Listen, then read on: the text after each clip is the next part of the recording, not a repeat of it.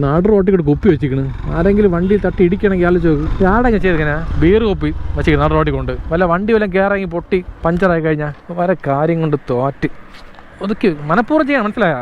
ഞാൻ വണ്ടി ഇടിച്ച് കയറട്ടെന്നുള്ളത് കൊള്ളാം. സത്യം പറഞ്ഞാൽ ജസ്റ്റ് മിസ്സായിരുന്നു. ഞാൻ കയറി ഇറങ്ങിയാണ് കുപ്പിയിൽ. വലിയ വണ്ടിയാൽ കുഴപ്പമില്ല. ബൈക്ക് കയറി ഇറങ്ങുമ്പോഴേ ബൈക്കും വീഴും, സ്ലിപ്പായി. ബീർ കുടിച്ച് വെച്ചാൽ കുപ്പി എടുത്ത് ഒതുക്കി വെക്കണം. നാട് റോഡിൽ വയ്ക്കാൻ പാടില്ല. ഇങ്ങനെയൊക്കെ അവരൊക്കെ അടി കൊടുക്കണം സത്യം പറഞ്ഞു. ഓക്കെ, അപ്പോൾ പ്രൊമോഷൻ പറയാൻ സമയമായിട്ടുണ്ട്. നമ്മുടെ വർക്കിന്റെ ഭാഗമായിട്ട് 30 സെക്കൻഡ് പറഞ്ഞോട്ടാ. അപ്പോൾ നിങ്ങൾക്ക് ആർക്കെങ്കിലും വണ്ടിയുടെ ഇൻഷുറൻസ് ആവശ്യം ഉണ്ടെങ്കിൽ എന്നെ അറിയിക്കുക. സ്കൂട്ടർ മുതൽ ലോറി വരെ പ്രൈവറ്റ് ആൻഡ് കമേഴ്ഷ്യൽ എല്ലാ ടൈപ്പ് വണ്ടി നല്ല അഫോർഡബിൾ റേറ്റിൽ സൂപ്പറായിട്ട് ചെയ്ത്. അതേപോലെ തന്നെ ഹെൽത്ത് ഇൻഷുറൻസ് ചെയ്യുന്നുണ്ട്. ഒരു ഫാമിലിക്ക് വേണ്ടിയുള്ള എല്ലാ ബെനിഫിറ്റും അടങ്ങി നല്ലൊരു പാക്കേജിൽ, അതും കുറഞ്ഞ റേറ്റിൽ, അതും സൂപ്പറായിട്ട് ചെയ്യുകയാണ്.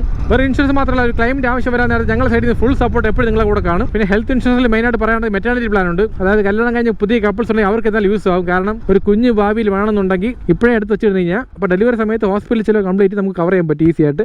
നമ്മൾ മുടക്കിയ പൈസ ഡബിൾ ആയിട്ട് നമുക്ക് തിരിച്ചു വരും. അതുകൊണ്ട് അതൊക്കെ ബെസ്റ്റാണ്.